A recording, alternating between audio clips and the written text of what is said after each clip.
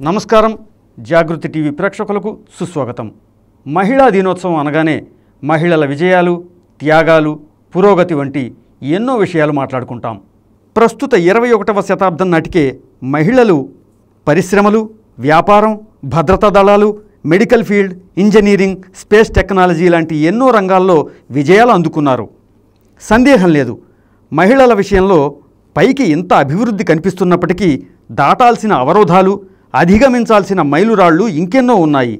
ఆ సమస్యలేంటి, వాటికి పరిష్కారాలేంటి?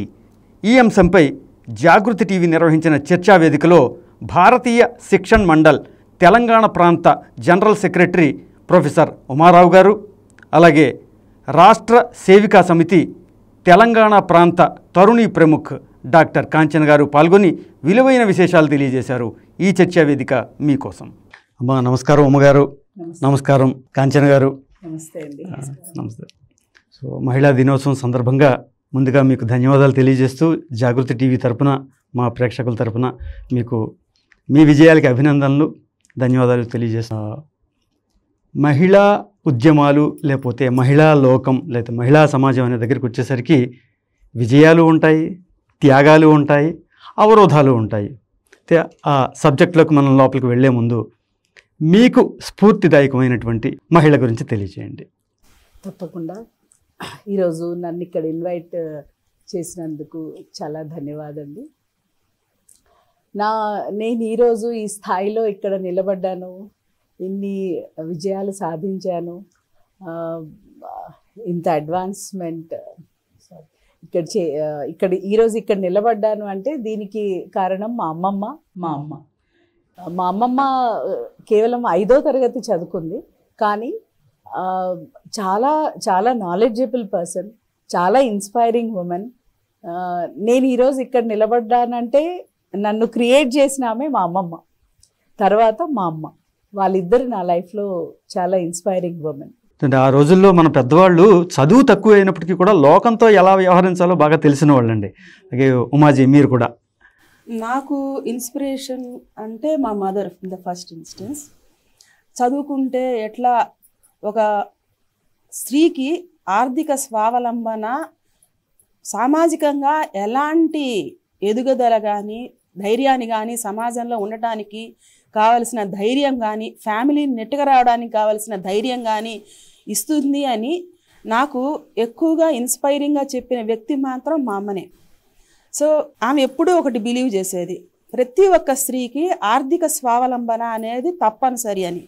నాకు కూర్చోబెట్టి చెప్పడం కాదు, ఆవిడ ఉన్న పరిధిలో ఎవరెవరైతే స్త్రీలు ఉన్నారో, కొద్దిగా ప్రాబ్లమ్స్ ఫేస్ చేస్తున్న వాళ్ళు కానీ, లేదా చదువుకోలేక ఇబ్బందులు పడుతున్న వాళ్ళకి కానీ, వాళ్ళందరినీ కూర్చోబెట్టి ఆవిడకున్న పరిధిలో వెళ్ళేసి స్టేజెస్ మీదకి వెళ్ళి అలాగా ఏమి వ్యాసాలు రాసి అట్లా కాదు, ఆమెకున్న పరిధిలో ఆవిడ వాళ్ళందరినీ ఎడ్యుకేట్ చేసి, పిల్లల్ని చదివించండి, మీరు చదువుకోలేకపోయినారు, పిల్లల్ని చదివించండి, అట్లానే నీకున్న పరిధిలో నువ్వేదో రకంగా ఆర్థికంగా నిన్ను నిలదొక్కుకోవడానికి ట్రై చెయ్యి అని చెప్పి ఎంతో ఇన్స్పైరింగ్గా చెప్తూ ఉండేవాళ్ళు అమ్మగారు. సో ఆ రకంగా ఎంతోమందికి సహాయం కూడా ఆమెకున్న పరిధిలో చేసేవాళ్ళు, తెలిసిన వాళ్ళతో, లేదంటే ఆమెకున్న సోషల్ నెట్వర్క్, నాన్నగారికి ఉన్న సోషల్ నెట్వర్క్ని వాడుకొని కానీ అట్లా చాలామందికి సహాయంగా నిలబడ్డారు ఆవిడ. కమింగ్ టు మై అకాడమిక్స్, నాకు మోస్ట్ ఇన్స్పైరింగ్ సైంటిస్ట్ ఎవరంటే మేడం క్యూరీ గారు. మేడం క్యూరీ, సరోజిని నాయుడు, తర్వాత మన సావిత్రిబాయి పూలే నాకు ఇన్స్పైరింగ్ క్యారెక్టర్స్ నా లైఫ్లో. మీ కెరీర్లో మీరు చదువుకున్నటువంటి కాలక్రమంలో మహిళలకు సంబంధించి ఎన్నో విజయాలు చూస్తుంటారు. అంటే మహిళలు ఉద్యోగాలు చేయడం కావచ్చు, మహిళలు చదువుకోవడం కావచ్చు, మహిళలు దేశాధినేతలుగా లేకపోతే ఇతరత్ర ఎన్నో రంగాల్లో వృద్ధిలోకి వచ్చినప్పటికీ కూడా ఏ కీలక పరిణామం అనేది మహిళల ఈ టర్నింగ్ పాయింట్కి కీలకమైన పరిణామంగా మీరు భావిస్తారంటే దేని గురించి చెప్తారు? కీలక పరిణామము ఎక్కడ వస్తుందంటే, దే హ్యావ్ బీన్ అప్రెస్డ్.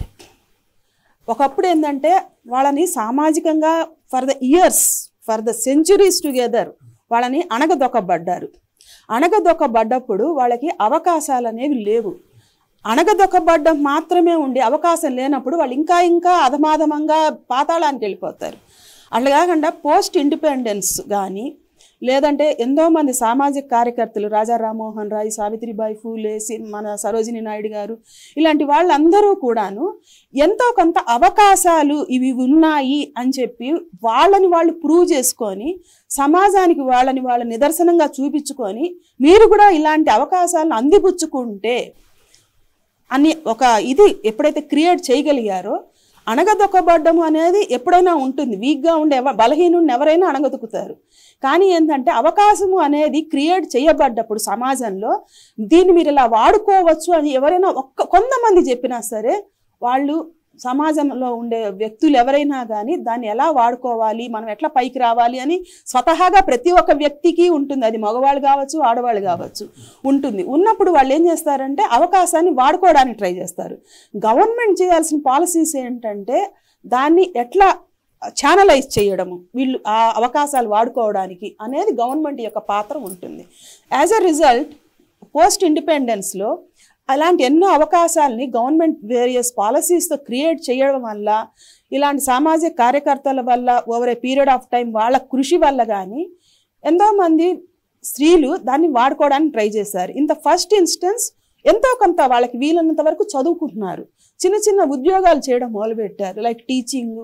ఎందుకంటే భారతీయ సంస్కృతి సాంప్రదాయాల్లో ఏ ఒక్క స్త్రీ కూడాను తన కుటుంబాన్ని విస్మరించి సమాజాన్ని ఉద్ధరిస్తామని కానీ తను ఉద్ధరించుకుందామని కానీ అనుకోదు. She feels very guilty if she can not cook for their children even for a single day. అటువంటి సామాజిక దృక్పథం ఉన్నప్పుడు మన సమాజంలో వాళ్ళు ఏంటంటే సమాజానికి ఇంపార్టెన్స్ ఇస్తారు, అట్ ద సేమ్ టైం వాళ్ళకున్న పరిధిలో మాత్రమే వాళ్ళ ఎదుగుదలని చూసుకుంటూ ఉంటారు. మీరేమన్నా చెప్తారు? తప్పకుండా. భారతీయ స్త్రీ ఎన్నో వేద కాలం నుంచి కూడా స్త్రీని భారతదేశంలో గౌరవించారు. స్త్రీ ప్రధాన దేశమే మనది. కానీ కాలక్రమేణా చాలా దాడులు జరిగాయి భారతదేశం పైన. ఆ క్రమంలో అప్పుడు స్త్రీలని ప్రొటెక్ట్ చేయాలి, వాళ్ళ శీలాన్ని సంరక్షించాలి. ఆ ఉద్దేశంతో స్త్రీని బయటకి రానివ్వలేదు.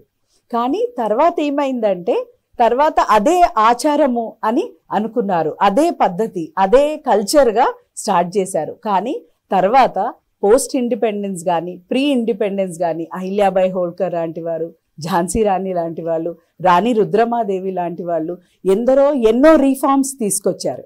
మేడం చెప్పినట్టు ఇప్పుడు అహిల్యాబాయి హోల్కర్ 300వ జయంతి మనం ఇప్పుడు సెలబ్రేట్ చేసుకుంటున్నాం. వారిని కనుక గుర్తు చేసుకుంటే ఈరోజు మనం ఏదైతే స్కిల్ డెవలప్మెంట్, ఉమెన్ ఎంపవర్మెంట్ అంటున్నామో, ఈ ఉమెన్ ఎంపవర్మెంట్ అనేది 300 సంవత్సరాల క్రితమే మొదలైంది. ఉమెన్ స్కిల్ డెవలప్మెంట్ అనేది తాను ఆ కాలంలోనే మొదలుపెట్టారు. స్త్రీ ఏదైతే సతీ వెళ్ళే ప్రథ ఉండేనో అది తనే స్త్రీ ప్రథని ఆపారు. అక్కడ తనే ఎగ్జాంపుల్. అక్కడ తన హస్బెండ్ చాలా చిన్నప్పుడే చనిపోయారు. కానీ వారి అంటే అహిల్యాబాయి హోల్కర్ మామగారు, లేదు నువ్వు వెళ్ళన స్త్రీ సతిగా వెళ్ళడానికి నేను నీకు పర్మిషన్ ఇవ్వను, నువ్వు వెళ్ళకూడదు, నా కొడుకు లేకపోతే నువ్వు నా కొడుకు లాంటి దాన్ని, ఈ రాజ్యభారం అంతా నీ మీద వేస్తాను, నువ్వే ఈ రాజ్యానికి తల్లి కావాలి అని ఎప్పుడైతే వారు అన్నారో తను రాజమాత నుంచి లోకమాత అయింది. అది మనం చూసాము. అలా ఆ లోకమాత అయి రాజమాత అయి ఈరోజు మనకు ఆదర్శంగా నిలబడ్డది. స్కిల్ డెవలప్మెంట్లో ఎన్నో రకాలు, ఇప్పుడు అక్కడ చీరలు శారీస్ వీవింగ్ స్టార్ట్ చేసింది, ఎన్నో రకాలుగా డెవలప్మెంట్ అయింది. తర్వాత కాలంలో కూడా ఎన్నో ఎన్జిఓస్ ముందుకు వచ్చాయి, ఎన్నో ఆర్గనైజేషన్స్ వచ్చాయి ఉమెన్ ఎంపవర్మెంట్కి. నేను ఏదైతే ఆర్గనైజేషన్తో అసోసియేట్ అయి ఉన్నానో, రాష్ట్ర సేవికా సమితి, వందనీయ మౌసిజీ, లక్ష్మీబాయి కేల్కర్ ఒక రెవల్యూషన్ తీసుకొచ్చారు. రెవల్యూషన్ తీసుకొచ్చి స్త్రీ అంటే కేవలం ఇంటికి 4 గోడల మధ్యలోనే పరిమితం కాకుండా స్త్రీ స్వావలంబన్ ఉండాలి, స్త్రీ అన్ని బ్యాలెన్స్ చేసుకోవాలి. రాష్ట్ర సేవికా సమితికి అష్టభుజాదేవి ఆరాధ్య దైవం. మనం అంటుంటాం లలిత సహస్రనామాలు అహం విభావయేద్ భవాని అంటాం. అంటే నువ్వే దేవి స్వరూపం, అమ్మవారి స్వరూపం నువ్వే. అష్టభుజాదేవి ఆ శక్తులన్నీ నీలో ఉన్నాయి. సమాజ రూప సింహం పైన వెళ్తుంది. ఆ సింహం అనేది సమాజ రూపం. ఆ సింహాన్ని, ఈ సమాజాన్ని నడిపించేదే స్త్రీ. ఆ సింహాన్ని కంట్రోల్ చేయడం స్త్రీ చేతిలోనే ఉంది. ఎక్కడ చిన్నగా ఎక్కడ ఏ ఇంబ్యాలెన్స్ తప్పినా కానీ ఆ సింహం ఏం చెయ్యగలదో అనేది మనందరికీ తెలుసు. ఆ సింహాన్ని కంట్రోల్ చేసేది స్త్రీ. స్త్రీలో ఆ శక్తి ఉంది. ఈ రోజు కూడా స్త్రీ భారతదేశాన్ని ఎన్నో రకాలుగా ముందుకు తీసుకెళ్ళి ఆ పునర్వైభవ స్థానానికి తీసుకెళ్లే ప్రయాణంలో, ఆ పయనంలో మనం చాలా ముందుకు వచ్చేసాము. ఇంకొన్ని సంవత్సరాల్లో భారతదేశం అన్ని దేశాలకి మార్గం చూపిస్తుంది. అది దాంట్లో స్త్రీ పాత్ర చాలా ఎక్కువగా ఉంది. ఉమాజీ, మీరు ఇందాక అన్నట్టు బయట మహిళలకి బయట ఎన్నో అవకాశాలు ఉంటాయి, దానికి గైడ్ చేసేవాళ్ళు ఉంటారు. అయితే కుటుంబ పరంగా ఏ విధమైన ప్రోత్సాహం లభించినప్పుడు ఆ అవకాశాలను ఏ విధంగా సద్వినియోగం చేసుకుని ముందుకెళ్ళడానికి అవకాశం ఉంటుంది? ఆబ్వియస్లీ మనకి కుటుంబ వ్యవస్థని దాటుకొని ఇంకా ఎగ్జిస్ట్ అవ్వగలుగుతాము అనే స్టేజ్కి ఇంకా మనము రాలేదు. బేసిక్గా ప్రాబ్లం ఏమొస్తున్నదంటే, మన భారతదేశంలో అంతకు ముందర చూసుకున్నప్పుడు ఇప్పుడు మనం ఏదైతే ఎడ్యుకేషన్ వ్యవస్థ, విద్యా వ్యవస్థ అని మాట్లాడుతున్నామో ఇది మెకాలే సిస్టమ్ ఆఫ్ ఎడ్యుకేషన్. కానీ ఒకప్పుడు మనకి ఇట్లాంటి ఫార్మల్ ఎడ్యుకేషన్ ఏమి ఉండేది కాదు. అన్ఆర్గనైజ్డ్ ఇన్ఫార్మల్ ఎడ్యుకేషన్ సిస్టమ్ ఉండేది. ఫర్ ఎగ్జాంపుల్ అగ్రికల్చర్ కాదు, డైరీ కావచ్చు. మా గ్రాండ్ మదర్ ఉండేవాళ్ళు, ఆవిడకి she knows how to handle all the buffaloes, cows, everything.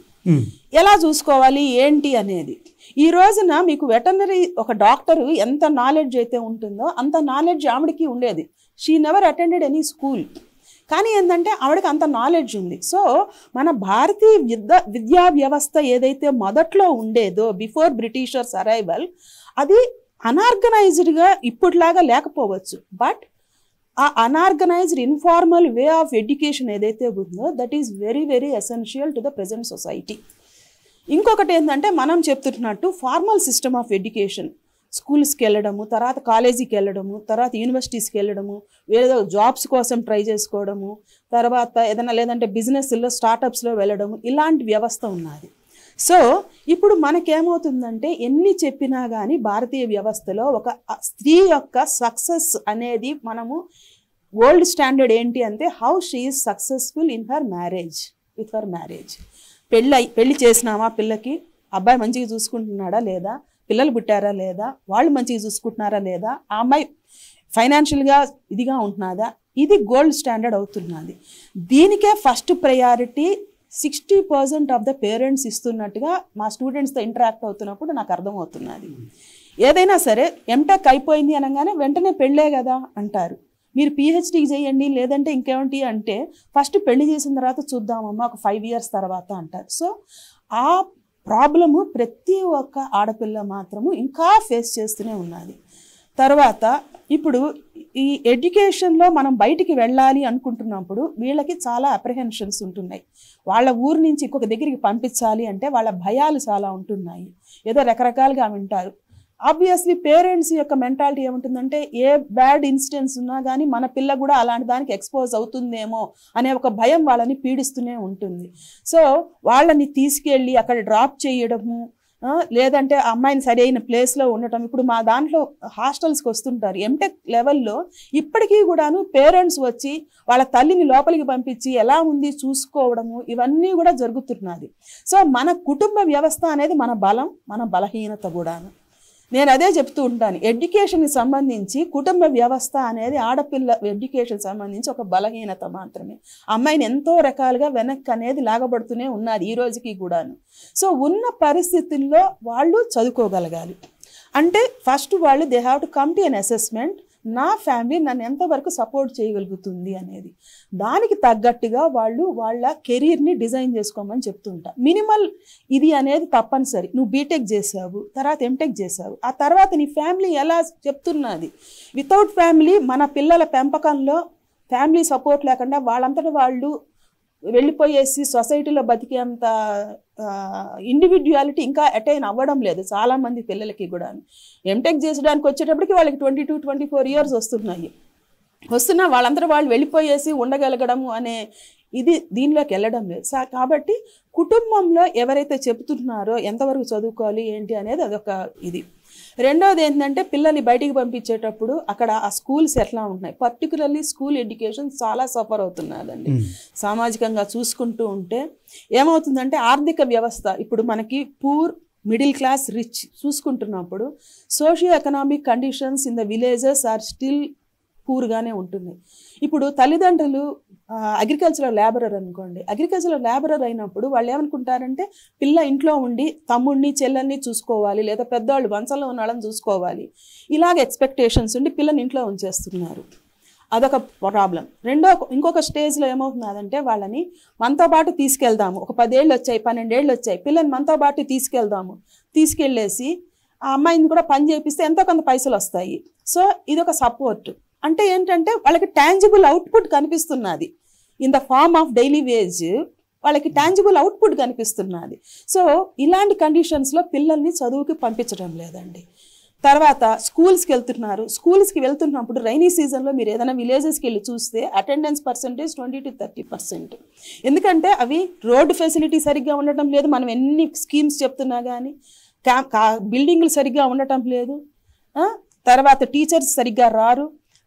ఇవన్నీ కండిషన్స్ వల్ల వాళ్ళు ఇంపాక్ట్ అంతా కూడాను వాళ్ళ మీద వెళ్తున్నది అనమాట. ప్లస్ టీచర్స్ 4 రోజులకు ఒకసారి సెన్సెక్స్ డ్యూటీస్ అని, ఎలక్షన్ డ్యూటీస్ అని, ఎందుకు మీరు వెళ్ళరు అని అప్పుడప్పుడు మా విలేజెస్లోకి వెళ్ళి అడుగుతున్నప్పుడు వాళ్ళు చెప్పే ఇది, టీచరు జనాభా లెక్కలు రాయడానికి పోయింది, అందుకని మేము క్లాసులు సరిగ్గా జరగడంలే, అందుకని మేము వెళ్ళడంలే. ఇలాంటి ఎక్స్క్యూజెస్ అన్నీ కూడా వస్తూనే ఉన్నాయి మన సిస్టంలో. వీటినన్నిటినీ మనము ఓవర్కమ్ చేయాలి. ఇంకొకటి ఏంటంటే ఇలాంటి పరిస్థితుల్ని మనం ఎట్లా చేసుకోవాలంటే అక్కడికి వచ్చినప్పుడు వాళ్ళు అగ్రికల్చరల్ లేబరర్గా ఉంటున్నారు. సో వాళ్ళకి ఏదైనా డైరీ విషయంలో కానీ, డైరీ ఎట్లా చేసుకోవాలి, పౌల్ట్రీ విషయంలో మీరు ఎట్లా ట్రైనింగ్ ఇవ్వాలి అంటే మినిమల్ ఒక 7th క్లాస్ 8th క్లాస్ దాకానో మినిమల్ ఎడ్యుకేషన్ ఇచ్చిన తర్వాత వాళ్ళ ఏ డొమైన్లో అయితే వాళ్ళు ఎగ్జిస్ట్ అవుతున్నారో ఆ డొమైన్లో వాళ్ళని ట్రైనింగ్ చేస్తే మన old system of Bharatiya education system అదే, దానిని మనము పెంపొందించాల్సిన అవసరం కూడా ఏర్పడుతుంది. మీరేమన్నా చెప్తారా? కుటుంబ వ్యవస్థ, ఇంతకుముందు కుటుంబ వ్యవస్థలో మన కుటుంబ వ్యవస్థ 4 స్తంభాలపై ఆధారపడి ఉండేది. ధర్మ, అర్థ, కామ, మోక్ష. ఎవరికైనా కానీ మోక్షం అనేది అల్టిమేట్ గోల్ ఉండేది, రైట్? ఆ మోక్షం సాధించడానికి ఇవి 3 తోడ్పడేవి, ధర్మ, అర్థ, కామ. ఇప్పుడే ఆ తర్వాత ధర్మంగా అర్థార్జన చెయ్యాలి, ధర్మంగా కామం, ఇవన్నీ ధర్మబద్ధంగా జరిగి మోక్షానికి చేరుకోవడం అనేది ఇంతకుముందు మన పూర్వీకులు ఈ కుటుంబ వ్యవస్థ ఉండేది. ఆ కుటుంబ వ్యవస్థ చాలా పటిష్టంగా ఉండేది. కాలక్రమేణా ఈ 2 ఏంటంటే ఇప్పుడు కేవలం 2 మాత్రమే మిగిలిపోయినట్టు నాకు అనిపిస్తున్నాయి, అర్థము, కామం. అందరు అది rat race, it has become a rat race behind అర్థ అండ్ కామం. మోక్ష తర్వాత ధర్మం అనేది కొద్దిగా మూలన పడిపోయినాయి. కాబట్టి ఈరోజు కుటుంబ వ్యవస్థ ఏదైతే చిన్నాభిన్నం అవుతుందో, లేదో మనం చూస్తున్నాం డైవోర్స్ రేట్స్ పెరిగిపోతున్నాయో, దానికి ఇదొక మూల కారణం అని నాకు అనిపిస్తుంది. అలాంటప్పుడు మనం ఏం చేయాలి, దీనికి రీజన్ ఏంటి? కుటుంబ వ్యవస్థ పటిష్టం అయితేనే సమాజం పటిష్టం అవుతుంది. సమాజం పటిష్టం అవుతే, సమాజం ఎదిగితే దేశం ఎదుగుతుంది. దేశం ఎదగాలి అంటే ఫస్ట్ కుటుంబ వ్యవస్థ అనేది సక్రమంగా ఉండాలి. ఆ కుటుంబ వ్యవస్థ సక్రమంగా లేకపోతే అది దేశానికే పెను ప్రమాదం తెప్పించే అవకాశం ఉంది. ఇది మనం చాలా దేశాల్లో చూస్తున్నాము. మన దేశం, భారతదేశం అనేది, భారత సంస్కృతి అనేది ఈరోజు నిలబడింది అంటే కుటుంబ వ్యవస్థ వల్లనే ఈరోజు నిలబడింది. ఆ కుటుంబ వ్యవస్థకి ఆధారం మహిళ, తల్లి. కానీ ఇప్పుడు ఏమవుతుంది, ఇద్దరు సంపాదిస్తున్నారు. అయితే ఇప్పుడు వచ్చే ప్రాబ్లమ్స్ ఏంటి? సిటీలో ఒక రాగా ప్రాబ్లమ్స్ ఉన్నాయి, పల్లెటూరులో ఇంతకు ముందు చెప్పినట్టు మేడం కొన్ని ప్రాబ్లమ్స్ ఉన్నాయి, ఏజెన్సీ ఏరియాస్కి వెళ్తే కొన్ని ప్రాబ్లమ్స్ ఉన్నాయి. మీరు ఎక్కడ కుటుంబ వ్యవస్థ చూసినా కానీ, అర్బన్ ఏరియాస్లో చూసినా, రూరల్ ఏరియాస్లో చూసినా, ఏజెన్సీ ఏరియాస్లో చూసినా, మూలాధారం అనేది స్త్రీ మాత్రమే. ఏజెన్సీ ఏరియాస్లో రకరకాల అలవాట్లతో మగవాళ్ళు సంపాదించినా కానీ తాగడంలో దాంట్లో పైసలన్నీ అంటే వాళ్ళ సంపాదన అంతా అక్కడ ఖర్చు చేసి వేస్ట్ చేస్తే ఆ కుటుంబాన్ని నిలబెట్టేది స్త్రీయే. అక్కడ కూడా రకరకాలుగా కష్టపడుతుంది. ఆమెకి ఎలాంటి ఫెసిలిటీస్ లేవు అక్కడ. కాకపోయినా ఇంకా రిస్ట్రిక్షన్స్ కూడా ఉన్నాయి. మీరు ఏజెన్సీ ఏరియాస్కి వెళ్తే, పల్లెటూరులో కొద్దిగా రూరల్ ఏరియాస్కి వస్తే ఆమెకున్న ప్రాబ్లమ్స్ ఇంకో రకంగా ఉన్నాయి. అక్కడ వ్యవస్థ లేదు, సరిగ్గా ఎడ్యుకేషన్ సిస్టమ్ లేదు, ఆమెకు కావాల్సిన వ్యవస్థ లేదు, ప్రెషర్స్ ఉన్నాయి, ఆమెకి ఫైనాన్షియల్ ఇండిపెండెన్స్ లేదు అక్కడ. సరే ఆమె ఫైనాన్షియల్గా ఎదుగుదామంటే అక్కడ అవకాశాలు కూడా చాలా తక్కువ అవకాశాలు ఉన్నాయి. మనం సిటీకి వస్తే కాస్మోపాలిటన్ సిటీస్ కానీ లేదా మెట్రో సిటీస్కి కానీ వస్తే ఇక్కడున్న ప్రాబ్లమ్స్ ఏంటి? ఇద్దరు వర్క్ చేస్తున్నారు, ఇక్కడ ఫైనాన్షియల్ ఇండిపెండెన్స్ ఉంది, కానీ అక్కడ వ్యవస్థ అక్కడ అవి లేకున్నా కానీ కుటుంబ వ్యవస్థ పర్వాలేదు. ఇంకా ఏజెన్సీ ఏరియాలో కానీ పల్లెటూర్లలో కానీ కుటుంబ వ్యవస్థ ఇంకా కాపాడబడుతుంది ఆ మహిళలతో. కానీ సిటీకి వచ్చేసరికి మీరు డిస్ట్రిక్ట్ కోర్ట్స్లో అక్కడ వెళ్ళి చూస్తే అసలు చాలా అంటే చాలా ఎక్కువ కేసెస్, డైవోర్స్ కేసెస్ చాలా ఎక్కువ వస్తున్నాయి. అసలు ఎందుకు ఈ రీజన్ అంటే ఇక్కడ మెయిన్గా it is a rat race for అర్థ అండ్ కామ. అయితే ఇది ఎక్కడో ఆగాలి అంటే ఏం చేయాలి? అసలు ఎందుకు దీని రూట్ కాజ్ ఏంటి? రూట్ కాజ్ ఏంటంటే సంవాద్ అనేది తగ్గిపోయింది. భార్యాభర్త మధ్య సంవాద్ కానీ పిల్లలతో సంవాద్ కానీ, ఎందుకంటే సమయం లేదు. ఇద్దరు సంపాదిస్తున్నారు, ఇద్దరు అదే ఒకరు ప్రొద్దున వెళ్తే ఒకరు రాత్రి వస్తారు, ఒకరు రాత్రి వెళ్తే ప్రొద్దున వస్తారు. ఒకరి మొహం ఒకరు చూసుకోవడానికి, పిల్లల మొహం చూసుకోవడానికి కూడా సమయం లేదు. అర్థార్జన మాత్రం ఉంది, ఎకనామిక్ ఇండిపెండెన్స్ ఉంది, ఫైనాన్షియల్ ఇండిపెండెన్స్ ఉంది, చాలా లైఫ్ కూడా చాలా more than comfort luxury life ఉంది. కానీ కుటుంబ వ్యవస్థ మీద అది చాలా నెగటివ్ ఇంపాక్ట్ చేస్తుంది. ఎందుకంటే సంవాద్ లేదు, కావాల్సిన సంవాదం. నేను ఇంతకుముందు చెప్పాను మా అమ్మమ్మ నాకు ఇన్స్పిరేషన్ అని. అసలు ఎన్నో విషయాలు నేర్పించింది మా అమ్మ కానీ అమ్మమ్మ కానీ. మా అమ్మ వర్కింగ్, బట్ మా అమ్మమ్మ వర్కింగ్ కాదు, అమ్మమ్మ చూసుకునేది. అసలు డెసిషన్ మేకింగ్ అనేది ఇప్పుడు నేను అనుకుంటాను ఇంత ఫాస్ట్గా అకాడమిక్స్లో కాలేజ్లో ఏ ప్రాబ్లం వచ్చినా నేను చాలా తొందరగా డెసిషన్స్ తీసుకోగలుగుతాను. ఎలా తీసుకోగలుగుతాను అంటే అమ్మమ్మ చెప్పిన కథలు, అమ్మమ్మ చెప్పిన ఇన్సిడెంట్స్ గుర్తుకొస్తాయి. That is the base. ఆ సంవాదం అనేది ఇప్పుడు తగ్గిపోయింది. ఇప్పుడు ఏముంది, ఏదైనా ప్రాబ్లం పిల్లలు చెప్పాలంటే తల్లి ఉండదు ఇంట్లో, తండ్రి ఉండదు. తల్లి ప్రాబ్లం కూడా కాదు అది, ఎందుకంటే ఆ ఫైనాన్షియల్ సెక్యూరిటీ, ఫైనాన్షియల్ ఇండిపెండెన్స్ కావాలి. అయితే సంవాద్ అనేది పెరగాలి. It is not the quantity time you spend with the children or your husband or your family members, it is the quality time you spend. ఆ క్వాలిటీ టైం ఎలా spend చేయాలి అనే దానిపైన కొద్దిగా మంథం జరగాలి, కొద్దిగా సంభాషణ జరగాలి. తర్వాత పని విషయంకి వస్తే ఇంకో ప్రాబ్లం, స్త్రీలు కుటుంబంలో ఇంకో సమస్య ఏంటంటే ఈమె జాబ్ చేసి, ఇప్పుడు మేము కూడా జాబ్ చేసి ఇంటికి వెళ్ళిన తర్వాత ఇమీడియట్గా ఇక్కడి నుంచి వెళ్ళిన తర్వాత సాయంత్రం అంటే ఏం చేయాలి అనే ఇక్కడి నుంచి బయటకు వెళ్ళామంటే ఆ థాట్ ప్రాసెస్లోనే వెళ్తాము. ఇదే గనక ఇంట్లో హస్బెండ్ సపోర్ట్ దొరికితే, ఇద్దరు ఇంతకుముందు అమ్మమ్మలు పనిచేసేవారు కాదు, నానమ్మలు పనిచేసేవారు కాదు, కానీ ఇప్పుడు మేము పనిచేస్తున్నాము. అదే మగవాళ్ళు పని చేస్తే ఇంట్లో వీళ్ళ నాన్న చేయలేదు, వీళ్ళ బాబాయ్ చేయలేదు, వాళ్ళ తాత చేయలేదు, ఈయన పని చేయడం ఏంటి ఇంట్లో అంటే అప్పుడు మనం అడగొచ్చు ఇలాంటి సమస్యలు. అంటే మా అమ్మ ఉద్యోగం చేయలేదు, మా అమ్మమ్మ ఉద్యోగం చేయలేదు, నేను ఉద్యోగం చేస్తున్నాను కదా. ఇలాంటప్పుడు ఏం చేయాలంటే ఇద్దరు కమ్యూనికేట్ చేసి, ఇద్దరు సంవాద్ చేసి సరే పని పంచుకుంటే అప్పుడు ఈగో ప్రాబ్లమ్స్ అనేవి తగ్గుతాయి. మేజర్గా నువ్వా నేనా అనే ప్రాబ్లం వస్తుంది. ఆ క్వాలిటీ టైం, ఆ క్వాలిటీ సంవాద్ గనక ఉంటే ఈ ప్రాబ్లమ్స్ చాలా చిన్న ప్రాబ్లమ్సే కానీ పెద్ద వాటికి దారి తీస్తున్నాయి. ఎందుకంటే ఇప్పుడు కౌన్సిలింగ్ సెంటర్స్ ఎన్నో పెరిగాయండి. మేము చిన్నప్పుడు అసలు కౌన్సిలింగ్ సెంటర్సే చూడలేదు ఎక్కడ, ఎందుకంటే కుటుంబమే ఒక పెద్ద కౌన్సిలింగ్ సెంటర్ ఉండేది. That is lacuna, that is lacking here in the family system. ఇది రిలేషన్షిప్ అనేది, ఈ బాండింగ్ అనేది పెరగాలి. కుటుంబ వ్యవస్థ కనుక డెవలప్ అయితే తప్పకుండా సమాజం డెవలప్ అవుతుంది. యాజ్ అ రిజల్ట్ దేశం కూడా డెవలప్ అవుతుంది. అయితే కుటుంబ వ్యవస్థ మీద కొద్దిగా దృష్టి పెట్టాలి. ఈ సంవాదం అనేది పెరగాలి, పని పంచుకోవడం అనేది పెరగాలి, సంకల్పం ఉండాలి. స్త్రీ గనక సంకల్పిస్తే ఏదైనా సాధించగలదు. ప్రస్తుతం స్త్రీ, కుటుంబంలో స్త్రీ ఆ సంకల్పం చేసుకోవాలి. నా కుటుంబం అనేది ఐక్యంగా ఉండాలి, అందరూ కలిసిమెలిసి ఉండాలి, కుటుంబ వ్యవస్థని నేను పటిష్టపరచాలి అనే సంకల్పం కనుక ఇప్పుడు స్త్రీ తీసుకుంటే డెఫినెట్గా రేపు మన దేశం, సమాజం, దేశం అన్నీ బాగుపడతాయి అని నాకు అనిపిస్తుంది. అదే మీరు చెప్పిన దాన్ని బట్టి మన కుటుంబంలో మన పిన్నమ్మలు, పెద్దమ్మలు, అత్తయ్యలు, నానమ్మలు, బామ్మలు, అమ్మమ్మలు వీళ్ళందరూ కలిస్తే ఆల్మోస్ట్ ఒక యూనివర్సిటీ కింద లెక్క.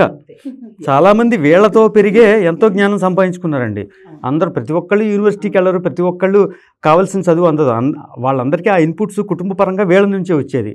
సో ఈ పరంగా మనం నెక్స్ట్ కనుక ముందుకు వెళ్ళినట్లయితే విద్యారంగంలో మహిళలు ఈరోజు ఎలాంటి సవాళ్లను ఎదుర్కొంటున్నారు? సవాళ్ళు బేసిక్గా ఏమవుతున్నదంటేనండి, గర్ల్ ఎడ్యుకేషన్కి వచ్చేటప్పటికి యాజ్ ఐ సెడ్, ఒకటి ఎడ్యుకేషన్ హ్యాస్ బికమ్ కాస్ట్లియర్. ఇప్పుడు గవర్నమెంట్ పాలసీస్ చాలా ఉన్నాయి మనకి. బేటీ బచావో, బేటీ పడావో ఇవన్నీ చెప్తున్నారు, సుకన్య సమృద్ధి యోజన, ఇలాంటి చాలా స్కీమ్స్ వస్తున్నాయి. వాళ్ళకి ఏమవుతుందంటే ఫీజు రీయింబర్స్మెంట్లు, స్కాలర్షిప్స్ ఇవన్నీ కూడాను ప్రొవైడ్ చేస్తున్నది గవర్నమెంట్. కానీ ఓవర్ అండ్ అబౌవ్ వాళ్ళకి కావాల్సినటువంటి అమౌంట్ ఏదైతే ఉంటున్నదో అది ఇంకా చాలామంది పిల్లలకి అందడం లేదు.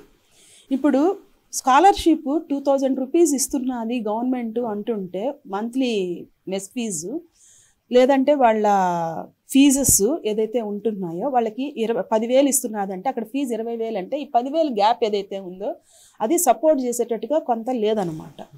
సో మీరు రిజర్వేషన్స్, దానికి సంబంధించిన స్కాలర్షిప్స్, రకరకాలు ఇవన్నీ పక్కన పెట్టేసి there should be only one type of reservation, which is women reservation, and there can be sub-categorization of the reservation.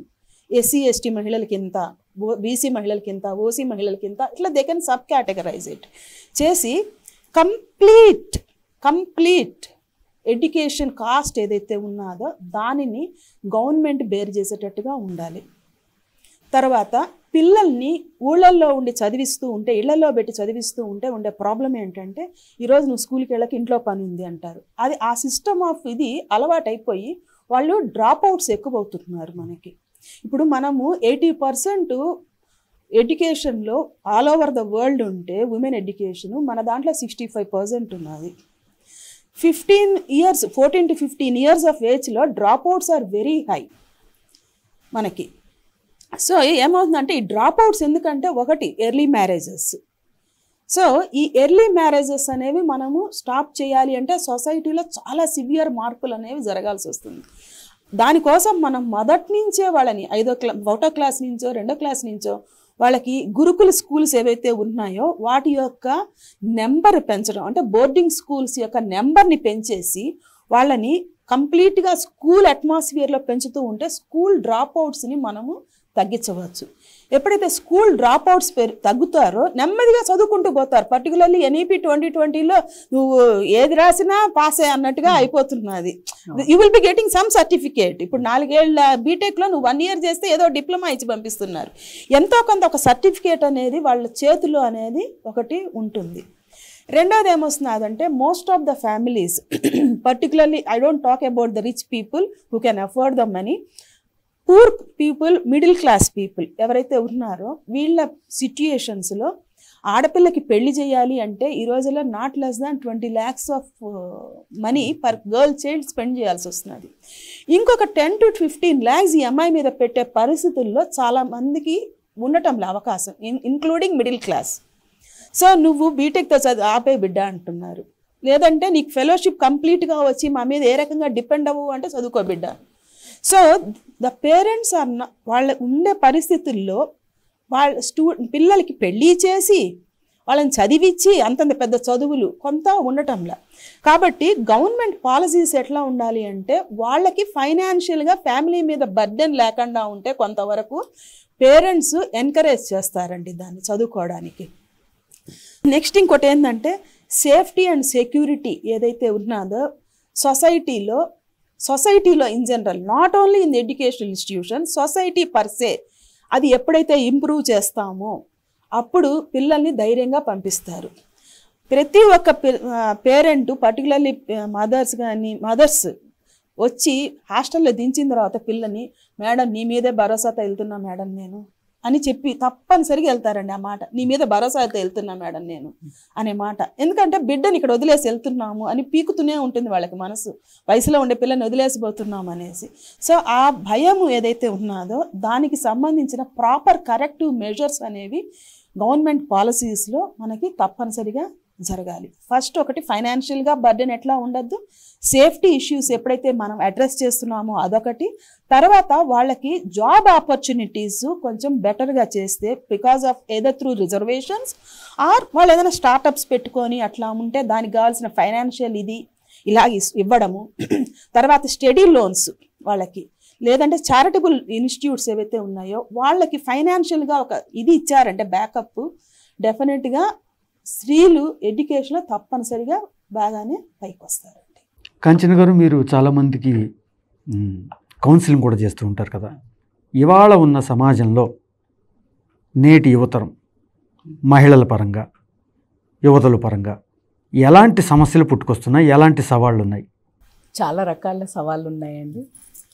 ఇంతకుముందు మేడం చెప్పినట్టు ఎడ్యుకేషన్ కొరకు ఎప్పటి నుంచి పల్లెటూర్ల నుంచి సిటీకి వస్తున్నారో తల్లిదండ్రులకి చాలా సెక్యూరిటీ ఇష్యూస్ వస్తున్నాయి. ఎక్కడ వెళ్తుంది అమ్మాయి? ఇంకోటి, సోషల్ మీడియా ప్రభావం కూడా చాలా ఉందండి. పాజిటివ్గా ఎంత ఉందో సోషల్ మీడియా ప్రభావము, సోషల్ మీడియా ప్రభావం నెగటివ్గా కూడా చాలా ఉంది. అది చాలా మటుకు పిల్లల జీవితాలతో ఆడుకుంటుంది, ఆడపిల్ల జీవితాలతో. అది it is ending up in a very very wrong way. Instagram అకౌంట్లు కానీ, మోస్ట్ థింగ్ ఈ ఇన్స్టాగ్రామ్ అకౌంట్స్ కానీ, స్నాప్చాట్స్ కానీ, ఇవి చాలా సెక్యూరిటీ థ్రెట్స్ లాగా తయారవుతున్నాయండి. అయితే ఏమవుతుందంటే, అమ్మాయిలు అక్కడి నుంచి వచ్చిన తర్వాత, పల్లెటూరు నుంచి ఇక్కడికి హాస్టల్స్లో ఉండడానికి వచ్చిన తర్వాత, ఇక్కడ ఫ్రెండ్స్, ఇక్కడ ఇదంతా చూసిన తర్వాత, ఓ సిటీ అంటే వాళ్ళకి ముందే సిటీ అంటే మైండ్లో ఒకటి ఎంజాయ్మెంట్, మనం లైఫ్ని ఎంజాయ్ చేయొచ్చు అనే ధోరణిలో సిటీకి వస్తారు. వచ్చిన తర్వాత వాళ్ళకి ఎలా ఉంటుందంటే, అక్కడ ఊర్లో పల్లెటూరులో మేము ఒక పంజరంలో ఉన్నాము, ఒక పక్షిని చిలుకని ఎలాగైతే పంజరంలో పెట్టిన తర్వాత ఇక్కడికి వచ్చిన తర్వాత పంజరం కనుక మనం ఓపెన్ చేస్తే ఆ చిలకకి నేను ఎగరాలి అనేది ఒక్కటే ఉంటుంది. కానీ నేను అక్కడ ఎగిరే దిశ కరెక్టా కాదా, నేను కరెక్ట్ వైపు వెళ్తున్నానా లేదా అనే ఆలోచన శక్తి ఉండదు, ఆలోచించదు తను. నేను ఒకటి I have to fly, I have to enjoy this అనే ఒక్కటే ఉంటుంది. ఆ టైంలో ఆ క్రమంలో తను ఆ దిశ కరెక్ట్ ఉందా లేదా, తను వెళ్ళే దారి కరెక్టా లేదా, తను చూస్ చేసుకున్న పర్సన్ కరెక్టా లేదా అనే విచక్షణ అది అంటే when she cannot analyze that situation, whether I am going towards the right way or not, whether I am with the right person or not, she will not. ఈ క్రమంలోనే ఏమవుతుందంటే సెక్యూరిటీ నాకేంటి ఇక్కడ ఇంకోటి రెండు డెఫిషియన్సీ ఆఫ్ ద సెక్యూరిటీ, ఇంటి నుంచి దూరం ఉంటుంది.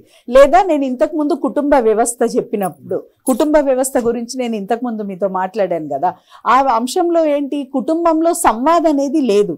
తను ఎవరితో ఓపెన్ అప్ కావాలి, కాలేజ్ నుంచి వచ్చిన తర్వాత అమ్మాయికి తల్లికి చాలా చెప్పుకోవాలని ఉంటుంది, ఎన్నో సిచ్యువేషన్స్ ఫేస్ చేస్తుంది. నేను అమ్మకి చెప్పుకోవాలి, నాన్నకి చెప్పుకోవాలి, అన్నయ్యకి చెప్పుకోవాలి, లేదా పెద్దమ్మ పిన్నమ్మ ఎవరో, అమ్మ నాన్న అంటే భయం అంటే మామయ్య దగ్గరికి చెప్పుకోవడము.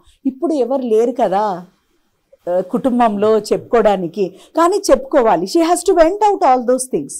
అప్పుడే తను చేస్తున్న పని కరెక్టా కాదా, తన కరెక్ట్ గైడెన్స్, ఇంటి నుండే కరెక్ట్ గైడెన్స్ రాగలదు. ఎప్పుడు తనేం చేస్తుంది, ఇంటి నుంచి కరెక్ట్ గైడెన్స్ రానప్పుడు కన్ఫ్యూజ్ స్టేట్లో ఉంటుంది. ఆ కన్ఫ్యూజ్ స్టేట్లో ఉండి బయట ఎవరి దగ్గరకో వెళ్ళి షేర్ చేస్తుంది. ఆ షేర్ చేసే క్రమంలో వాళ్ళు ఈమె సిచ్యువేషన్ని they will take it as an advantage and they start exploiting this girl. ఈ క్రమంలోనే లవ్ జిహాద్ అనే కేసెస్ బయటకు వస్తున్నాయి. అప్పుడు హీ విల్ సీ దట్ ఏం జరుగుతుంది, ఈ అమ్మాయికి డెఫిషియన్సీ ఉంది, ఈ అమ్మాయికి ఇక్కడ ఈ ప్రాబ్లం ఉంది, if I address this problem she will come with me. And అయిన ట్రాప్లో చాలా ఈజీగా నీకెందుకు, నేనున్నా కదా, నువ్వు రా, నేను బండి మీద దింపేస్తా. అరే అప్లికేషనా, నిలబడు, నువ్వు నిలబడకు, వేరే అబ్బాయిలు నిన్ను చూస్తే నేను చూడలేను, నేను నిన్ను ప్రొటెక్ట్ చేస్తున్నాను. 4 మాటలు అంటే చాలు, అరే నన్ను ప్రొటెక్ట్ చేస్తున్నాడు. ఇంకా ఆమె ఎలాంటి స్టేజ్కి వెళ్ళిపోతుంది అంటే ఆమెకు కావాల్సింది ఆ ప్రొటెక్షన్. అప్పుడు ఆమెకు కావాల్సింది ఆ closeness. She expects that which her family is not giving and which she is getting from outside. But మనం చెప్పినా కానీ వినే స్టేజ్లో ఉండదు ఆమె అక్కడ. అంటే ఇక్కడ నేను అనేది ఇలాంటి are not only love jihad but many other things are also happening. ఇదొక్క ఎగ్జాంపుల్. ఇలా అది వాళ్ళు వచ్చేది వేరే ఉద్దేశంతో వస్తున్నారు, కానీ ఈమె కూడా రాంగ్ దగ్గరికి వెళ్తే సపోజ్ ఇంకో ఫ్రెండ్కి షేర్ చేసింది అనుకో, ఆమె ఇంకో 10 మందికి చెప్పొచ్చు, అరే ఈమె ఇలాంటి ప్రాబ్లం అని చెప్పి, ఈమె సీక్రెసీ మెయింటైన్ చేస్తుందని చెప్తే. సో ఇలాంటి ప్రాబ్లమ్స్లో అమ్మాయిలు ఇరుకుతున్నారు. కాబట్టి again I come back to కుటుంబ వ్యవస్థ. కుటుంబంలో ఈ సంవాద్ గనక ఉంటే, తల్లి వీళ్ళందరూ అన్నదమ్ముళ్ళు, పిన్ని, మామయ్య ఎవరైనా కానీ ఆ క్లోజ్నెస్, ఆ బాండింగ్ ఉంటే ఇలాంటి సమస్యలు కొద్ది మనం చెక్ పెట్టొచ్చు. రకరకాలుగా అంటే ఇదొక్క ప్రాబ్లం, ఇలాంటివి అది కావాలని, లవ్ జిహాద్ అనేది కావాలని చేస్తున్నారు, అది మనకు తెలుసు.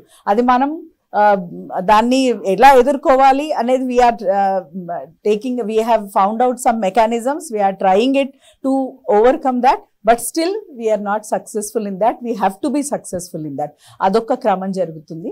తర్వాత ఫీజు కట్టలేకపోవడం, ఫైనాన్షియల్ ఇన్స్టెబిలిటీ ఉండడం, దానివల్ల కూడా పిల్లలు రకరకాల జాబ్స్ చేయడం, నైట్ షిఫ్ట్స్ చేయడము, ఆ నైట్ షిఫ్ట్ చేసే క్రమంలో కూడా వీళ్ళ హెల్త్ పాడైపోవడం. యంగ్ అమ్మాయిలది పీసీఓడి ప్రాబ్లం. మేము యంగ్ ఉన్నప్పుడు 1000 మందిలో ఎవరికో ఒక్కళ్ళకి పీసీఓడి ప్రాబ్లం ఉండేది.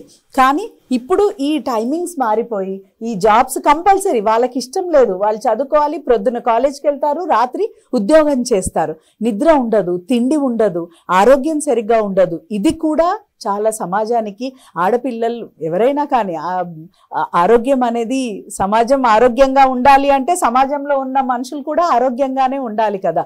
ఇవి కూడా చాలా, అంటే ఆ ఫైనాన్షియల్ స్టెబిలిటీ రావాలి, నేను చదువుకోవాలి అనే తపనతో ఊరు నుంచి వస్తుంది.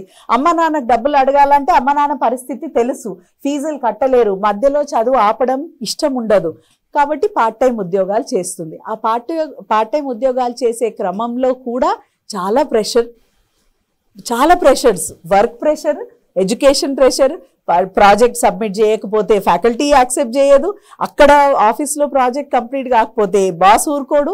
ఇలాంటి ప్రెషర్స్ కూడా ప్రస్తుతం యువతకి, అమ్మాయిలనే కాదు అబ్బాయిలకు కూడా ఇలాంటి ప్రెషర్స్ చాలా వస్తున్నాయి. అయితే అమ్మాయిల మీద దాని ఇంపాక్ట్ ఎక్కువ ఉంటుంది, వాళ్ళ హెల్త్ మీద ఇంపాక్ట్ ఎక్కువ అవుతుంది, ఆ ఇంపాక్ట్ వాళ్ళ సెక్యూరిటీ మీద చాలా ఇంపాక్ట్ అవుతుంది. రకరకాల ప్రాబ్లమ్స్లో it is leading to various different kinds of problems which we can't imagine. Either it is health or social problems or socio economic problems. So రకరకాల ప్రాబ్లమ్స్ మనం ఇలాంటి ప్రాబ్లమ్స్ కూడా వస్తాయా అని మేమే ఆశ్చర్యపోతున్నాం. ఎందుకంటే మేము ప్రొద్దున లేస్తే అందరు పిల్లల మధ్యలో ఉంటాం కదా, వేరియస్ ప్రాబ్లమ్స్ వచ్చి మాతో డిస్కస్ చేస్తూ ఉంటారు పిల్లలు. ఉమాజీ, కాంచన గారు చెప్పినట్టు లవ్ జిహాద్ అనేది ఒక సమస్య అయితే, ఇవాళ మనల్ని వేధిస్తున్న మరొక సమస్య డ్రగ్ మెనెస్ అండి.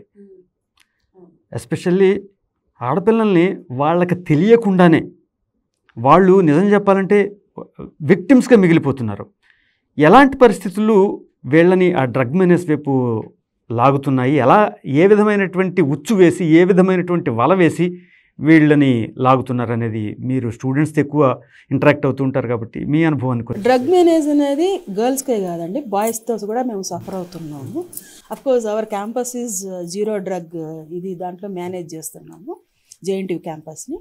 బట్ ఓవర్ అండ్ అబోవ్ అంత సమాజ దృక్పథంతో చూస్తే, సమాజంలో జరుగుతున్నటువంటి విషయాలు చూస్తే, ఇందాక మేడం చెప్పినట్టుగా మోస్ట్ ఆఫ్ ద టైమ్స్ ఏమవుతున్నదంటే సంవాద్ అనేది ఇళ్లల్లో ఉండటంలే.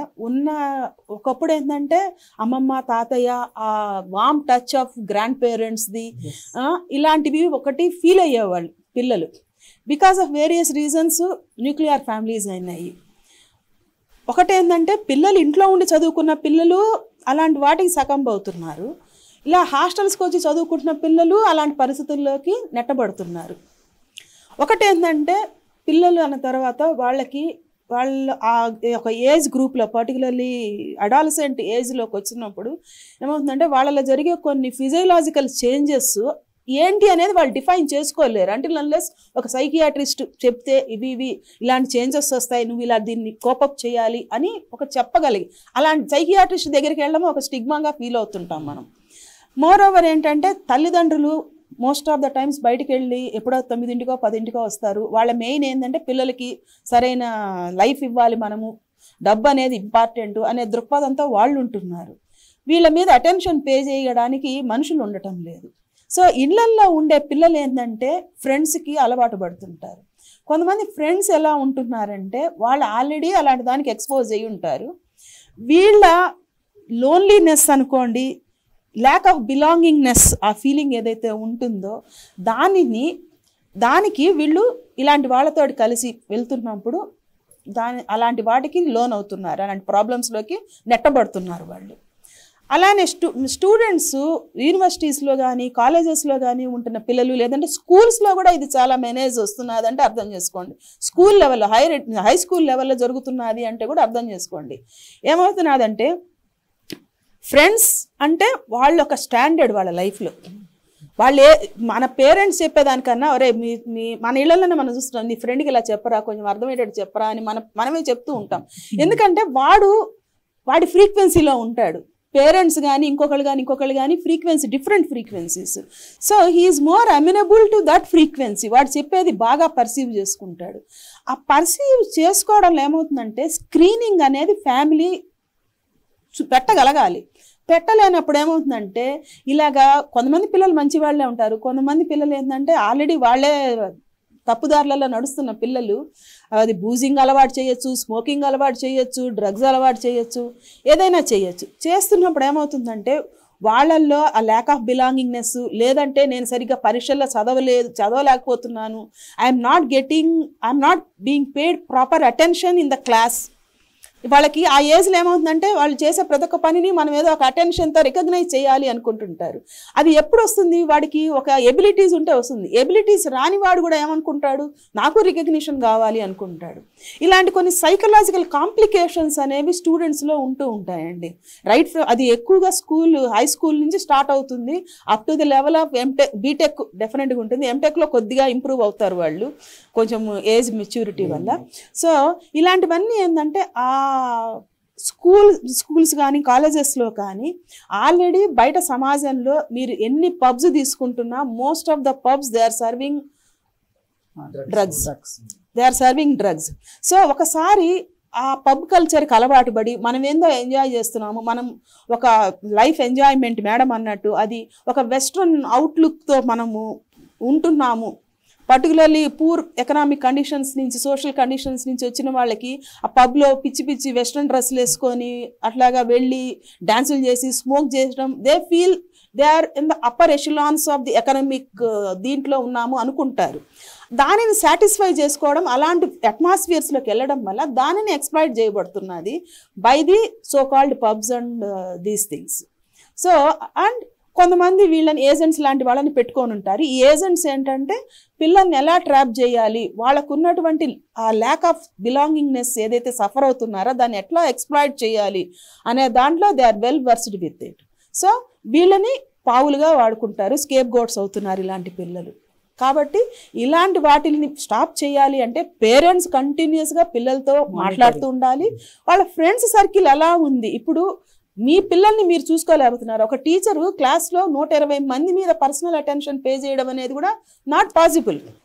మేము ఓవరాల్ పాలసీస్ అవి చూసుకుంటాము. పిల్లవాడు సరిగ్గా లేకపోతే అప్పటికి హాస్టల్లో చెప్తుంటాం, కొంచెం అమ్మాయి ఏదైనా అట్లా ఉంటే చెప్పండి మాకు అని చెప్పి కేర్ టేకర్స్కి చెప్తుంటాము. పేరెంట్స్ ఫస్ట్ పిల్లలతో మాట్లాడాలి, వాళ్ళలో ఏదైనా కనిపిస్తుంటే మెంటల్గా వెంటనే పట్టుకోగలగాలి. Plus teachers, parents major role play చేయాలి దీంట్లో. సో ధన్యవాదాలు ఉమాజీ, కాంచనాజీ.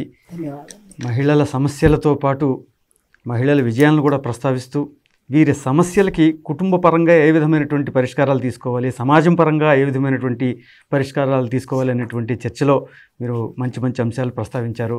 మరో సందర్భంలో మళ్ళీ కలుసుకుందాం. ధన్యవాదాలు అండి. నమస్తే. నమస్తే.